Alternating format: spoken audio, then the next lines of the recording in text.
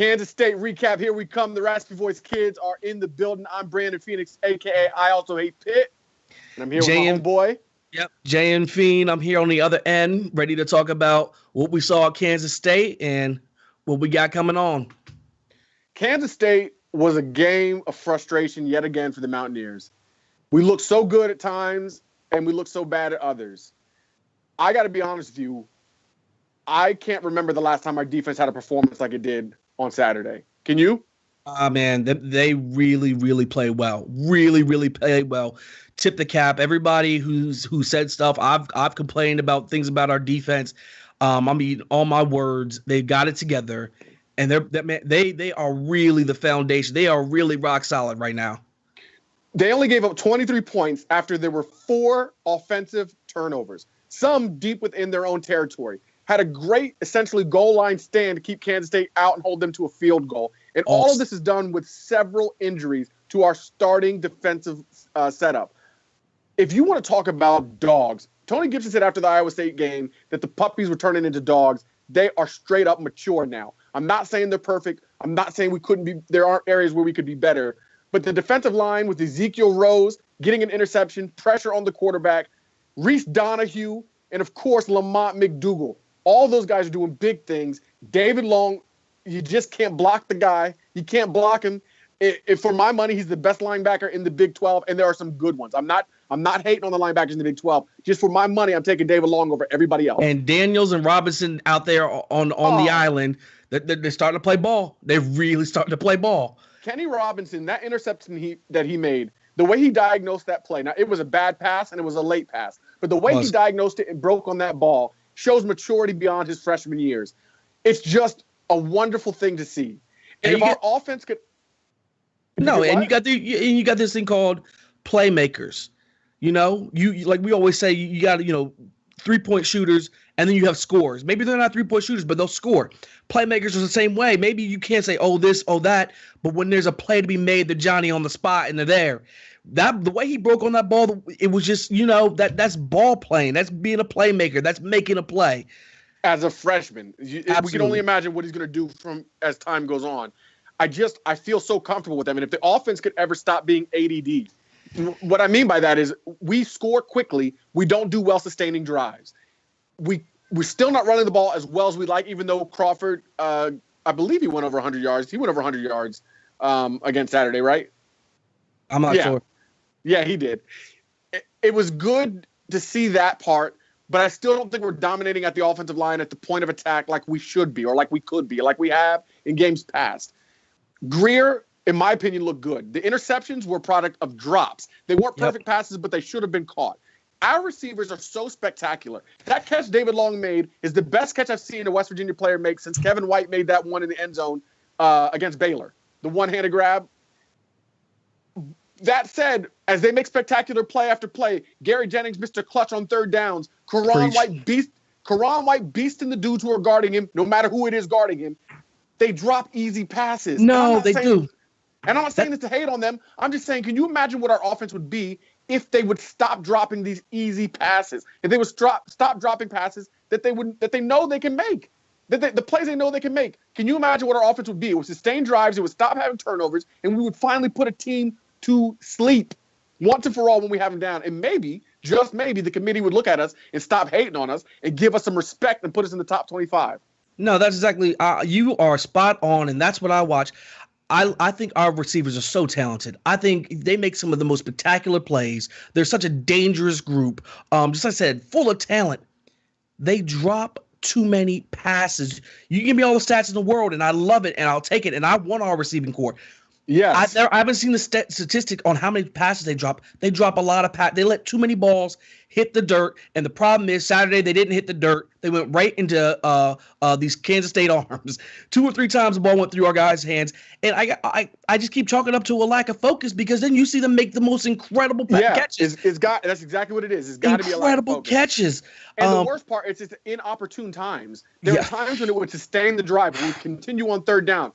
Jake Spavital called one of the best plays I've seen him call, a little route for David Sills, and he drops it in the flat, open for a first down. And he was mad at himself, like he should have been.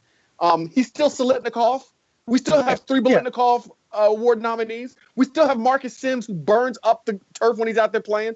But they got to catch the football. Otherwise, all of those talents, all of those efforts are moot. Yep. So until we get that, what'd you say?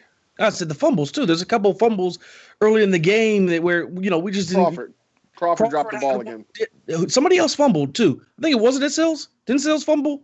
Sills fumbled to begin the game. That's what I'm saying. Just these little things that keep putting our defense in bad position, but also is keeping us from blowing out these teams. And like I said, I'm not hating on our receivers. I think our offense, and I love our receivers. We're a good offense, great offense. Look at the stats these guys are putting up. We just got to stay focused for a full game. We got to clean up these little things. We have big games on the horizon. We've played in big games. Texas is going to be a fight. Look at the games they played against the other big boys in the Big 12. It's going to be a fight. Oklahoma, we already know what we have. So we have to start putting it together. We're at the end of the season. Let's do it now. No, I agree. And, we talked about Justin Crawford fumbling that ball. Again, not hating on Justin, because then you see him later in the game make a play that only Justin Crawford can make, that nobody else on our team makes. He's the man. He does things that other people are not capable of, but he doesn't reach his full potential when we have these little errors. And, of course, everybody's going to make mistakes, so don't take this as a bash session. This is just a what if, can you imagine what we would be session. That's what this really is. And all we can do is hope. And the thing is, talking about what if, imagine what we could be, can you imagine if we fired Dana Holgorsen like so many of these people want? Can you imagine what would happen? I don't get who's saying this stuff. Like I keep hearing it, but who where do you think it comes from? Where do you think it comes from? Why are people asking? Why do people hate Dana Holgorsen so much? Where do I think it comes from? I'm not sure. I think, it's part of just getting spoiled. And I understand that our team doesn't play up to its potential sometimes. But sometimes I think they lose the bigger picture. Go ahead. Well, what you just said is 100% right. They lose the bigger ppicture. But how many games was a stat that showed he's a second lead in the Big 12 in games in November? Yes, he's 9-1 since 2015. Right, the only team better is 10-0 Oklahoma. That's awesome. Like I think that we sometimes get just too short-sighted. We don't see the whole picture, and that comes from us being emotional. We've talked about it before. We get emotional, but the thing that bothers me is it's like they won't come off this Dana thing. We're 7-3. 3 of our losses came to top 25 teams. 2 of them by 1 touchdown. So I don't understand. And both of them were on the road. Yeah, so what do you want this guy? Like, I see us getting better. Well, honestly, we're talking about things that aren't really the reason for people hating Dana. Jeremy, why people hate Dana Holgorsen. You know why. Think real hard, just for a second. I'll give you 3 seconds. People hate Dana Holgorsen because of the way he came in. Is that the whole reason why they hate Dana? I don't think it's the whole reason. I think it's a big reason.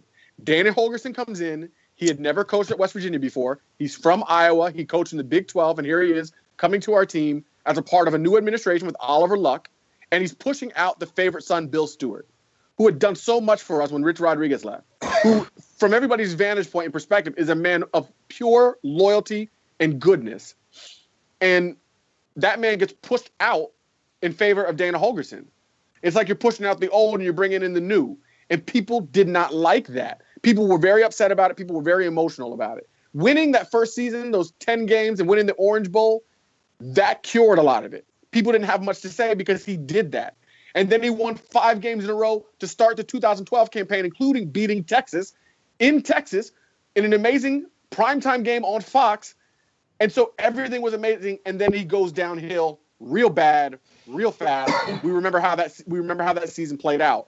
He's the man in black. He's not wearing gold and blue. So here you got this outsider who pushed out our favorite son, and he doesn't wear gold and blue, and results aren't coming as fast as you would like. And it's partially because of all the things I said, the foundations that started out on a bad foundation. But then you add poor expectations, because we were used to winning games in the Big East where there was a lot of top-level talent on the Mountaineer teams, a lot of top-level talent. But we didn't have the depth. and we hadn't recruited the way we needed to recruit to compete in a big boy conference. So when we got to the Big 12, we didn't get the results that people expected. Not that we should have gotten them, because we weren't built for it, but what people expected. And when that happened, people decided Dana was terrible, and people won't let go of it. They just won't let go of it. It doesn't matter what they see. It doesn't matter what they see about recruiting. It doesn't matter what they see about recruiting classes. We have the number 18 recruiting class according to Rivals. We just got another recruit signed, in-state kid, linebacker out of Martinsburg. We've got a chance to get another big-time linebacker, 4-star linebacker out of Valdosta, Georgia. And our class will be the best class, in my opinion, that we have gotten since we started recording class rankings. That's all coaching staff. Will Greer said nobody recruited him harder than Urban Meyer, but who did he end up with? Dana Holgorsen. That's not a coincidence. It's not a mistake. It's not by chance. It's because of who and what Dana is. It's because of what he's put together as far as a coaching staff. It's because he understands the culture. That's why when people ask Dana Holgorsen, he says, yes, I'm a hillbilly, because he is embracing the culture. He is a part of West Virginia. He moved his family to Morgantown, his parents to Morgantown. He is a part of us. It's not a fluke. Not a short-term thing. I agree 100% he's part of us. A few years ago, if you'd asked me that, I'd have said, I'm not sure. Now, through and through, Dana's a Mountaineer. You take it or leave it, Dana is a Mountaineer. And some people who want to leave it. He's my coach. He's our coach. And I love what Dana's doing. Like I said, me too. I'm not, obviously you're never satisfied. You want more. But the direction it's moving in, and it's solidly moving in a positive direction.